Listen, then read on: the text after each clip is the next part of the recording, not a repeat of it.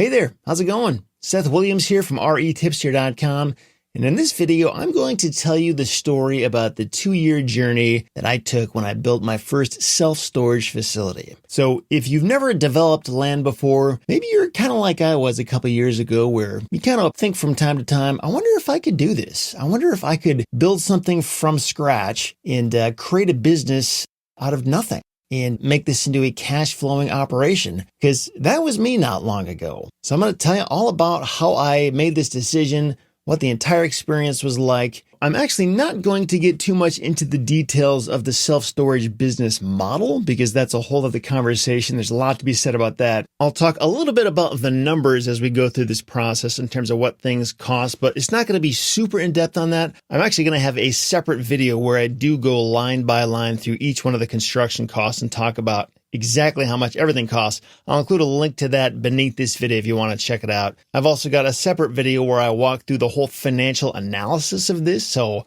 what numbers I looked at when I decided whether or not to do this deal, and also how those numbers panned out once this facility was finished and opened. So how accurate my projections were compared to reality. Again, I got a separate video on that. I'll link to that below. And lastly, if you want to see the actual construction process step by step, as I thoroughly documented everything as it happened over the whole year-long construction process, I've got an entire 7-video playlist where I detailed all of that. So be sure to check that out too. I'll include a link to that below as well. But in this video here, I'm mainly just going to be talking about why I did this, what the experience was like, and a ton of other lessons I learned along the way about what I would do differently. And if you ever decide to go down this road of building a self-storage facility or anything like this in the future, then you can probably learn a lot from what I went through. And if you don't want to go down this road, then you can just sit here and laugh at my suffering, and that's fine too. So if you've followed me for any length of time, you probably already know that for years I've been working as a land flipper, and it's been an amazing business. It's been amazing because it's a very simple business model. I find motivated sellers who own land, and then I buy their vacant, unimproved lots at a super cheap price. I do nothing to those lots, and then I sell them for a price that's closer to its true market value. And I've loved this business because I didn't have to mess around with making any improvements or taking out huge loans or dealing with contractors, none of that stuff. In fact, it was a point of pride that I could make a 6-figure income without doing anything to the properties that I worked with. And part of why land is such a great business is because the profit margins are so huge. It's the closest thing I know of to betting on a sure thing. Even in recent years, as the competition in the land flipping business has gone up and the profit margins have been getting squeezed more than ever before, they're still pretty huge compared to any other real estate investing business model I know. In fact, the land business has been so good that I deliberated for a lot of years about putting my money and time into any other type of real estate investment, because by comparison, nothing else was quite as exciting. I mean, when you're regularly getting 100 to 200% ROI on every land deal without getting your hands dirty, it's kind of hard to get excited about anything else. And in the conversations I've had with other land investors, I've heard a very similar hesitancy about doing anything other than land because they know how good it is. It's way more financially fruitful to do land deals. But here's the thing. The land business, like any property flipping business, is a hamster wheel. It's a hamster wheel that pays extremely well, but it's still a hamster wheel. And if you ever want the freedom to pull the plug and get off that hamster wheel and still make a great income with very minimal ongoing work, you have to start looking at long-term buy and hold assets. And self-storage is a great option to consider. And to me, self-storage always seemed like such a brilliant idea because it is dead nuts simple. Similar to the land flipping business, it's kind of boring and it lacks drama. I mean, just look at that picture. Even the picture is boring. But when you're talking about trying to grow your wealth exponentially in a short period of time, boring is actually a pretty good thing. I want to run after opportunities that don't have so much drama and uncertainty. I mean, I can just rent out units like these to people who don't even live there. These units don't have plumbing, they don't have electricity, they don't have heat. There's very little that can break or go wrong. And once a unit is occupied, the money kind of comes in on autopilot.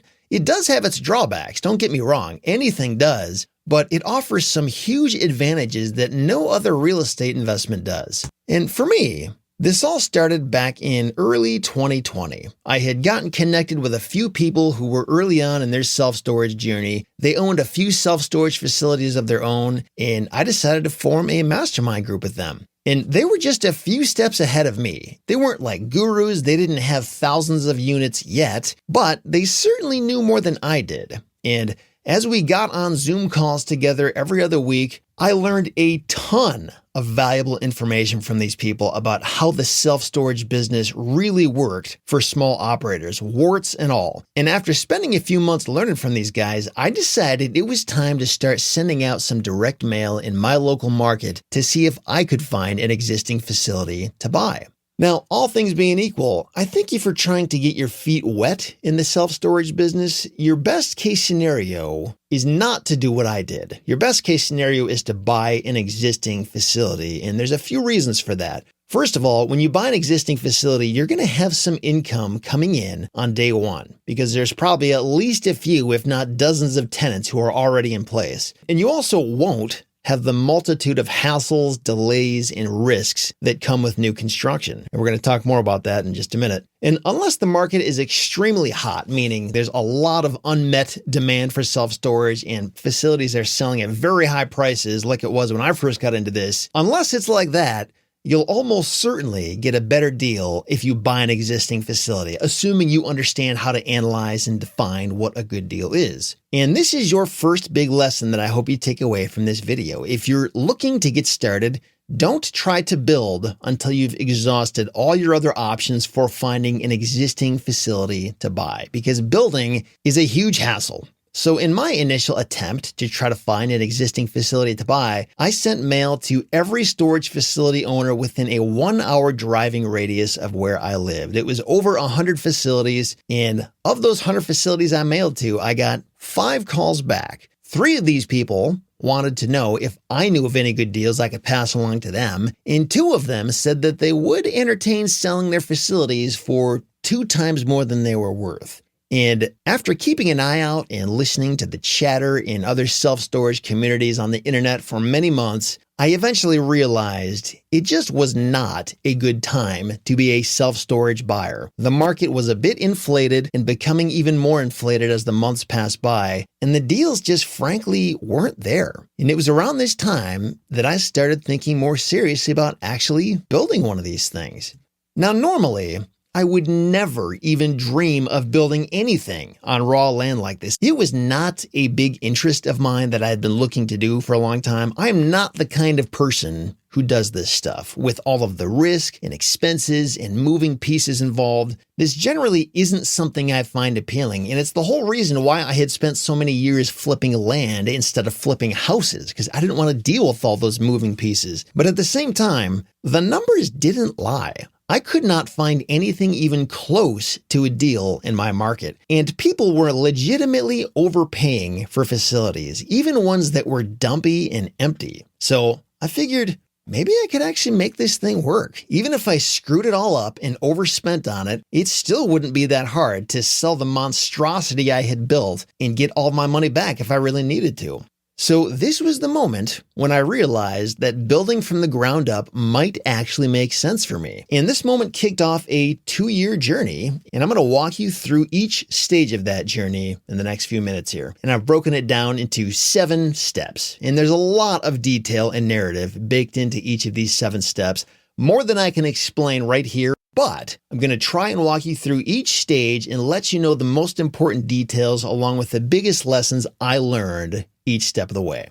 So let's start from the very beginning, back when I found this property. So once I had this new construction idea in mind, I started checking out some of the local land listings near me. Nothing special, just getting on the MLS. And one thing I had learned from my mastermind group was that if you want to self-manage a storage facility, meaning like you take all the calls, you handle all the issues, all the stuff, it's not a ton of work, but it is some work. And if you want to do that, you should try and make sure the property is within driving distance from where you live, because you need to be able to get to it without going through a ton of hassle and pain and wasted time just to get there. So After starting my search, it wasn't long before I stumbled across this parcel of vacant land on landsearch.com, and it was actually about 20 minutes from my house. And this property wasn't right on a busy intersection, but it was about 100 yards away from one, and it was 6.7 acres, and the location and size seemed great. But the one problem that I could see just from the very outset was that it was zoned residential, not commercial. So given how it was zoned, I couldn't exactly just start using this for a self-storage facility. And in order to get this property rezoned to commercial, I would have to go before the Township Zoning Commission and request the change, and it would take a few months to do this. And it did help that the property was right on the edge of a cluster of other commercially zoned properties, and it was on a fairly busy intersection, so my request made plenty of sense, and it wasn't a hard sell. Not to mention, if this change and if my plan was successful, the annual property tax bill on this property would jump from a few $100 per year up to about $30,000 per year. So the township had about 30,000 reasons to say yes to this.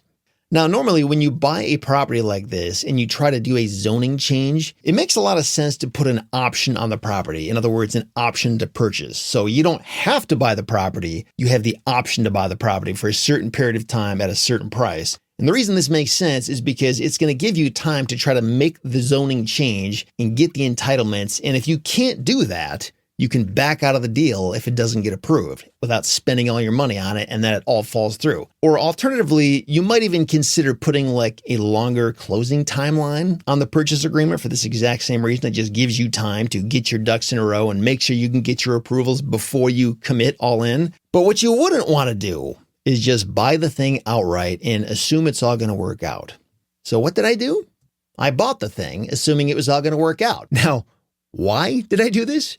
Because in this township, in order to change the zoning, the property owner was going to have to attend the zoning meetings and be pretty involved. And this property owner who I was buying it from was in his late 80s, and it was going to be kind of a hassle and a big ask to get him to do all of that. I knew it would just be way easier if I owned this thing and I could act in that capacity as the owner. But don't worry, I wasn't being completely dumb about this. I knew I had options with this property, and if my rezoning request wasn't going to fly, there were other exit strategies I could take. And if you ever do something like what I did here, you always want to make sure you have a solid plan B in mind in case your plan A doesn't work out. And in my case, if for some reason my rezoning attempt failed, my plan B was to subdivide this property into 3 2.2 acre residential parcels and then sell them off for about $100,000 total, maybe more. So there was another thing I could do with this if my plan failed, but luckily for me,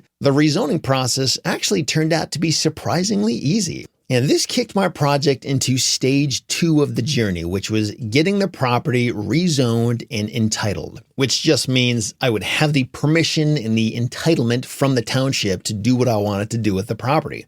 So let's talk really quick about this rezoning process. In this township, the rezoning application cost $600, which is very cheap, by the way, and it was not difficult at all. I had to appear before the zoning commission and then the zoning board about a month later. So 2 separate meetings, and both groups consisted of mostly the same 8 people in the room. And part of what made it so cheap and easy was that I'm so handsome, but it was also because this is a rural area. And in areas with a more sparse population like this, you'll generally find that these kinds of changes and approvals are easier than if you're doing it on a property in a very densely populated area like Chicago or LA or something like that. My first discovery in this process was just realizing that changing the zoning on a property, while it may seem like a big, intimidating, scary thing on the surface, it's nothing to be afraid of, at least not when you're as handsome as I am and when you're in a rural area like this. However, one thing I will say, I'd highly recommend having a few phone conversations with the local zoning administrator before you buy the property and do what I did, just to get a feel for what they think about this zoning request.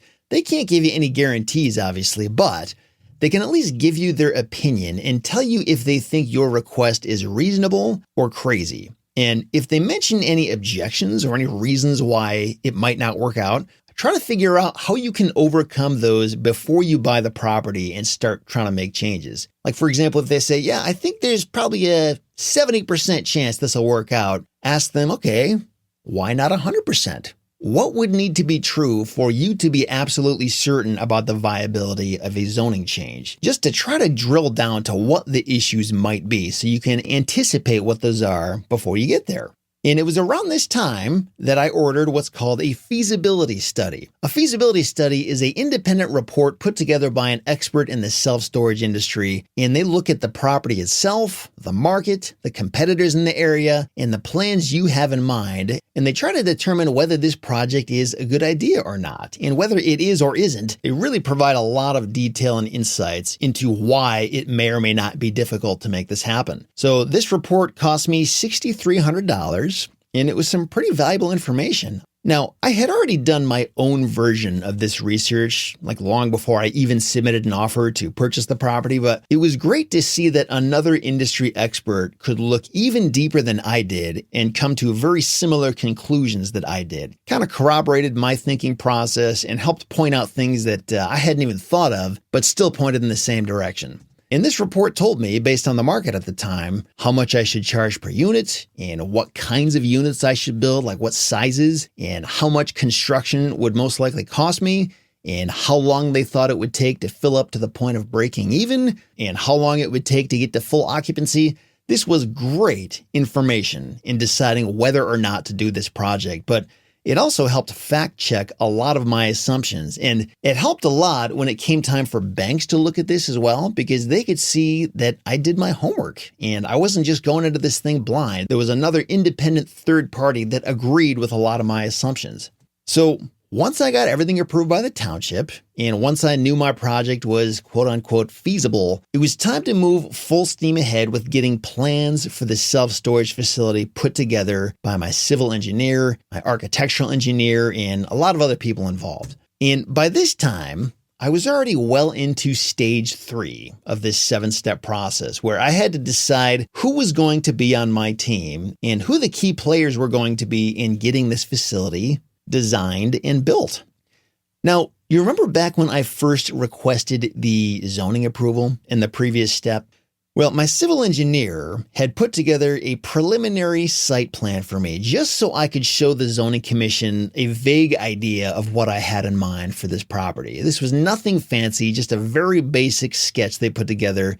It cost me about $1,000 for them to make this for me. But now that the township was on board, it was time to get serious about this. And this was one of the first big surprises in the process, was just how complex this was and how many other people were involved just in getting the thing designed. Like not even lifting up a shovel yet, but just sketching out what we were going to do. It wasn't just my civil engineer working on this. I also had to get a structural engineer, architectural engineer, an electrical engineer, a surveyor, a general contractor. And then that general contractor would have to work with a whole other team of people that I mostly didn't even have contact with. All the different subcontractors who would do the actual hands-on work. And after going through all this, one big thing I learned was that the person I should have picked first was the general contractor. And he ended up being one of the last people I picked.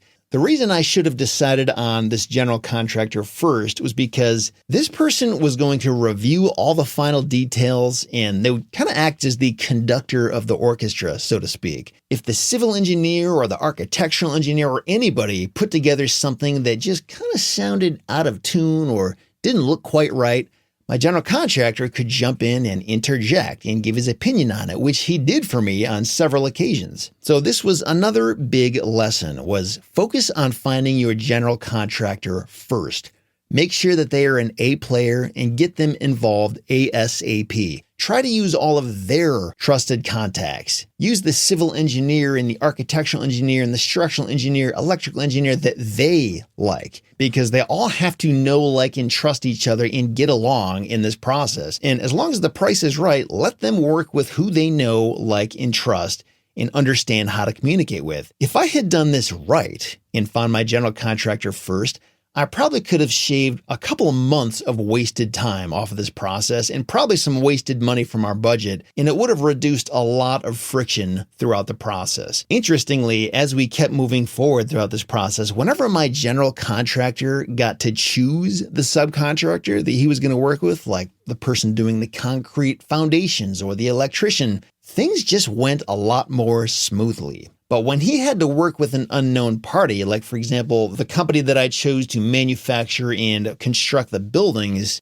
things just seemed to go a little bit rougher than they needed to. And I think what it boils down to is just two parties trying to work together that don't necessarily know, like, or trust each other yet. And these different parties didn't always communicate that well with each other. And part of the problem was I didn't realize how important human relations were in this process. It matters that these people know, like, and trust each other. It matters that everyone is paying attention to the details and checking in with each other. When people already understand each other, it's just a lot easier to work in harmony together. And speaking of team players, while all this was happening, I also had to find a bank to finance this project for me.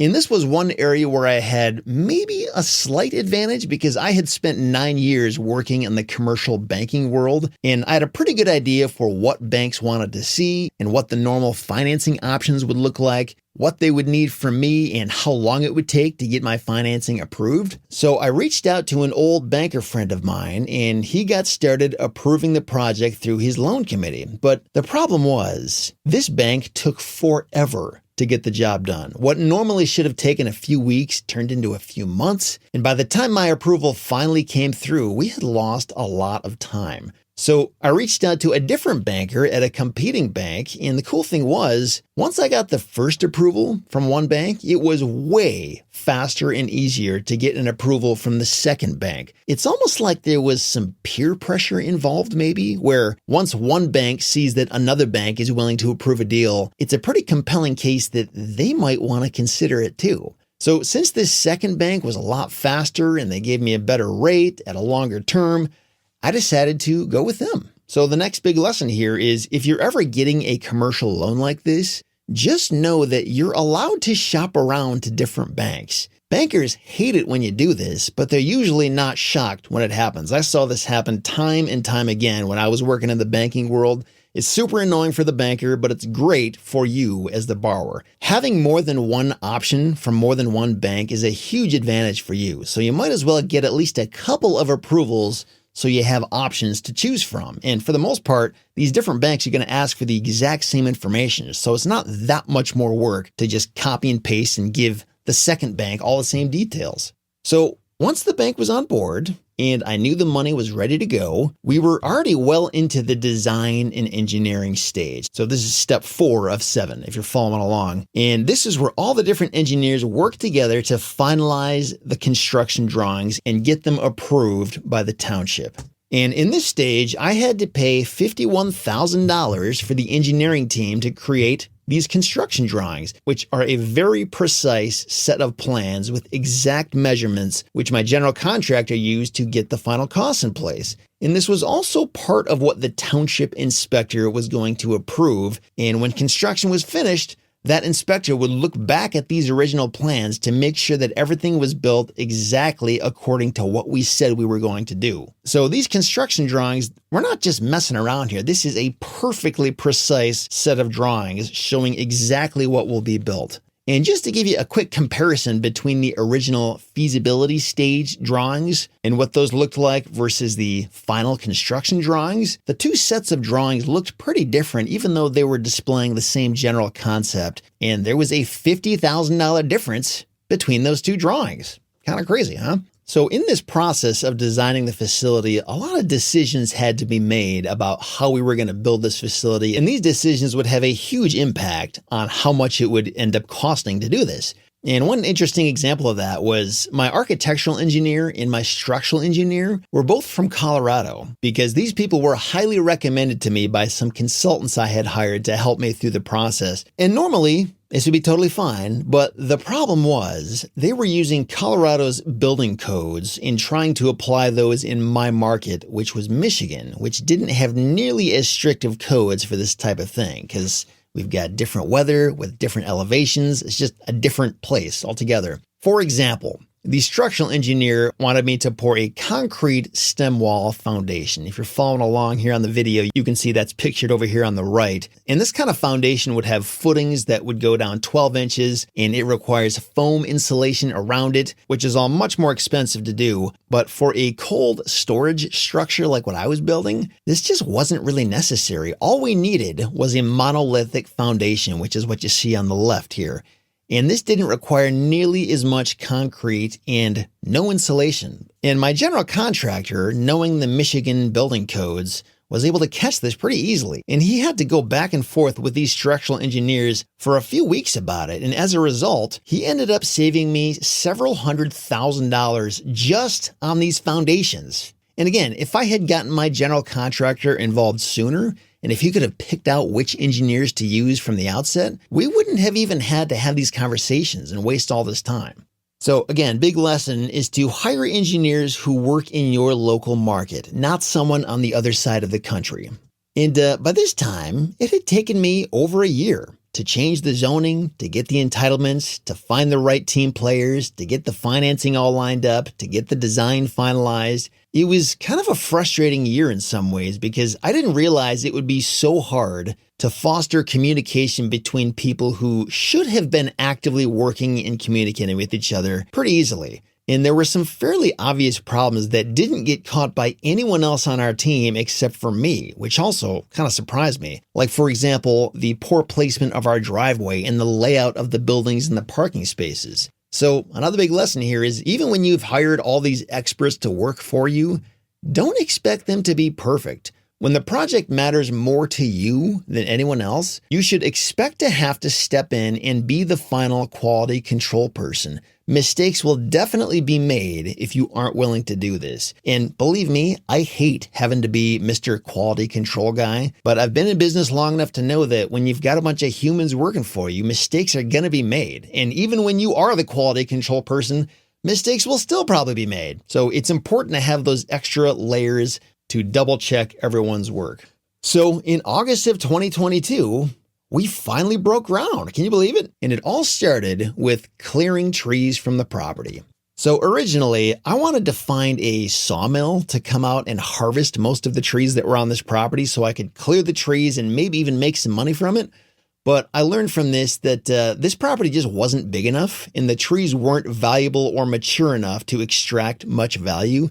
They were mostly red pines and small oaks, and there just wasn't enough usable timber to justify the cost in time and fuel to send a crew out. Most sawmills want to see at least 20 acres with good, valuable, mature trees to harvest, and that's just not what this was. I even told them that they could come and take whatever trees they wanted for free, like they didn't even have to pay me anything, and they still didn't want to do it. So I couldn't make any money back by harvesting the timber. Instead, I had to pay $30,000 to get the job done. And we did save some money by doing what they call the cut and burn approach, which is easy to do in a rural area like this. So instead of cutting down the trees and putting them on trucks and hauling them away to a facility where they burn them there, we could just put them all in a big pile and burn them right here on site, which took a couple weeks to do.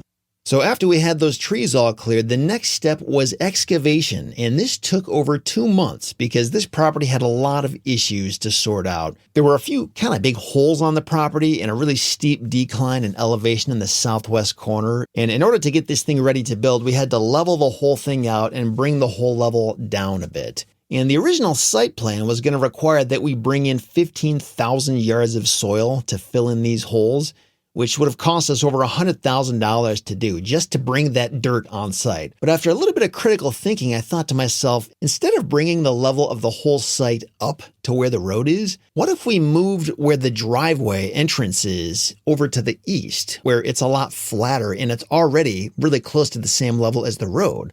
Because then we could just sort of work with the land as it is and not bring in so much fill material. And everyone thought it was a great idea. And I was frankly surprised that I was the one who saw this and thought of this and nobody else. If you're following along with the video on the left, you can see the original plan and how the driveway was going to go down a steep slope to get into the site. But over there on the right, you can see my revised idea where it's a much smoother and level entrance. And in doing this, we saved a ton of money. And instead of having to bring 15,000 yards onto the property, we had to end up removing 3,000 yards. So just totally changed how this worked, but it actually ended up working a lot better this way. And this step alone, excavation, was a huge one, probably the biggest job in this whole process because the property was kind of a mess in terms of its topography.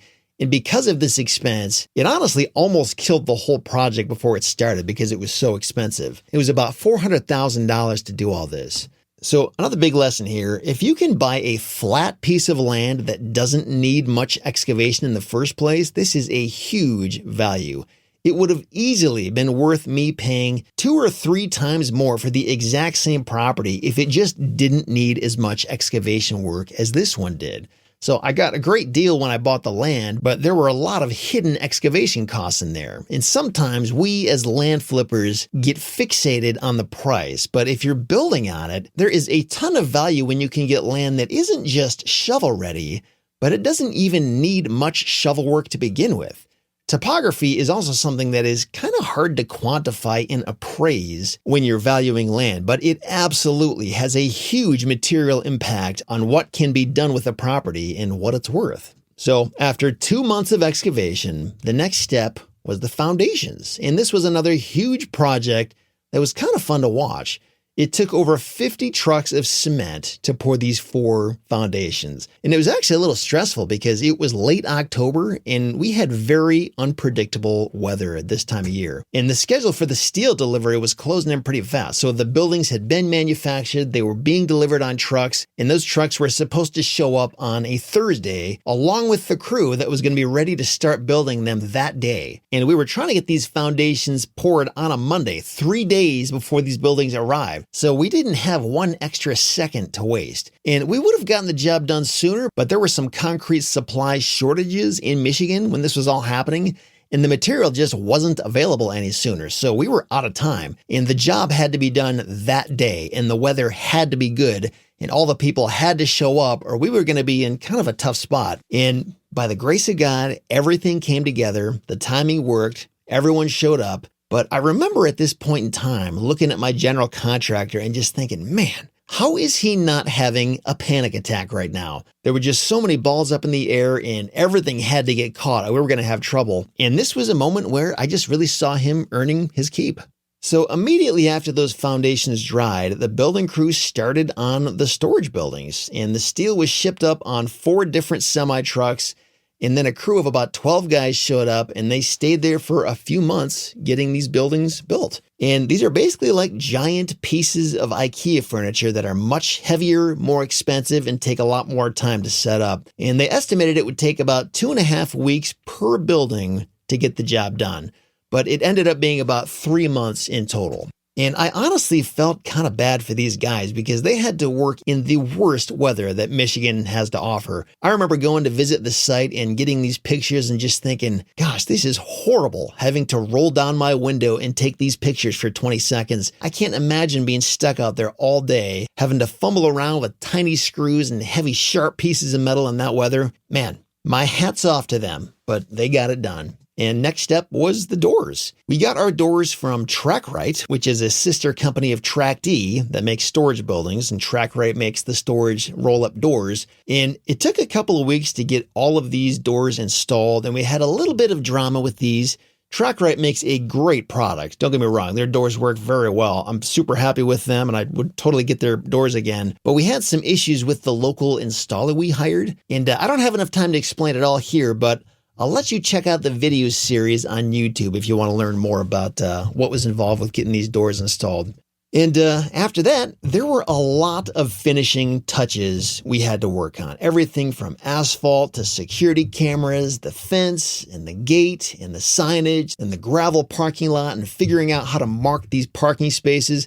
I could literally talk for another hour just about the finishing touches. So there's a lot to be said about that, but I'll let you check out the YouTube videos I made about that. They explain it better than I can here. And I should just say, if you're ever looking to build a self-storage, anything like what I did here, you should really check out these videos. This is the only series of videos of their kind on the internet. And if you check these out, you will learn way more than I can cram into this presentation. So be sure to do that. I'll have a QR code right here on the screen. And again, there's a link to this playlist beneath this video if you want to check it out. And as we were working on these finishing touches around June of 2023, we were able to get what's called a temporary certificate of occupancy, which basically means the building's not done yet, but it's finished enough for you to start using part of it.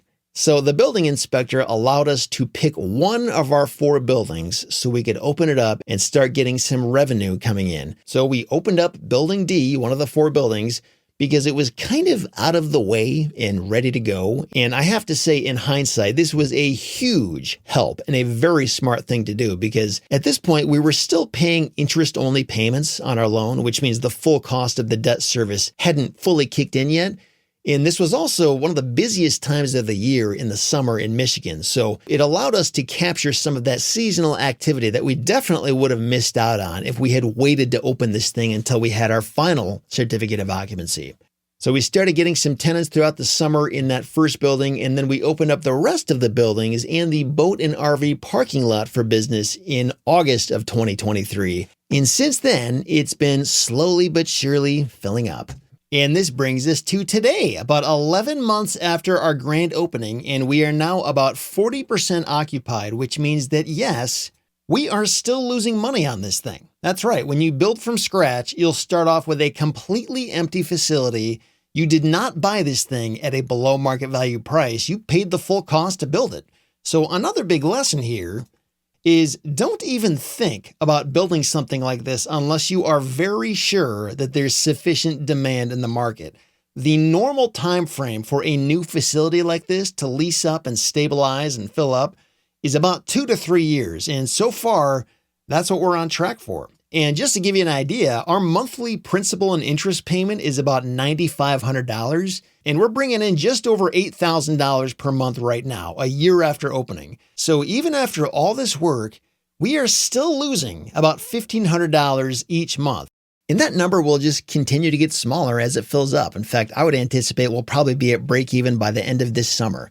And luckily, when we opened for business, we had about $170,000 of cash just sitting in our bank account, because there was a plan for this. We knew this was going to happen. So it'll be fine. There's no real surprises going on here, but this isn't the kind of game you want to be playing if you're just barely scraping by and you don't have the financial strength to float this kind of thing for a while. You want to make sure you have plenty of cash set aside beyond the cost of just getting the facility built.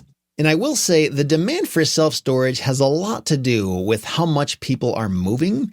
And with the higher interest rates that are going on at this point in time in the middle of 2024, people just haven't been moving as much as they had previously in the past few years, which is part of why things have slowed down a lot in this market. And this slowdown can't last forever because people still need to move, but the lower interest rates during COVID really boosted things a lot in kind of an artificial way. And the higher rates we're seeing now have slowed things way down. But it will find equilibrium in time because people still have to move. This can't hold out forever. And since we've got plenty of money in the bank, and since things actually have sped up a lot this past spring, and we've seen a lot more activity, this is not something I'm losing sleep over. So the final lesson I'll leave you with, especially to those of you who are like me, where you're naturally risk averse and apprehensive about taking on big, ambitious, high stakes projects like this, the lesson is to realize that nothing will ever move forward in your life if you don't take smart, calculated risks. Don't be afraid to step up to the plate and take shots at things, because that's the only way we make any progress in life. If you do what you've always done, you're going to get what you've always got. So I'd encourage you, especially if you're like me, to step out of your comfort zone and do something that you think has a good chance of bringing you to a better place. So I appreciate you spending some time here with me today to hear the story of my self-storage facility construction project. In addition to the YouTube series I did on this whole experience, if you want to see a much more in-depth blog post where I laid out every conceivable detail about this project, I'm going to include a link to that beneath this video, along with a lot of other resources that explain a lot more about this project. And I'll talk to you next time.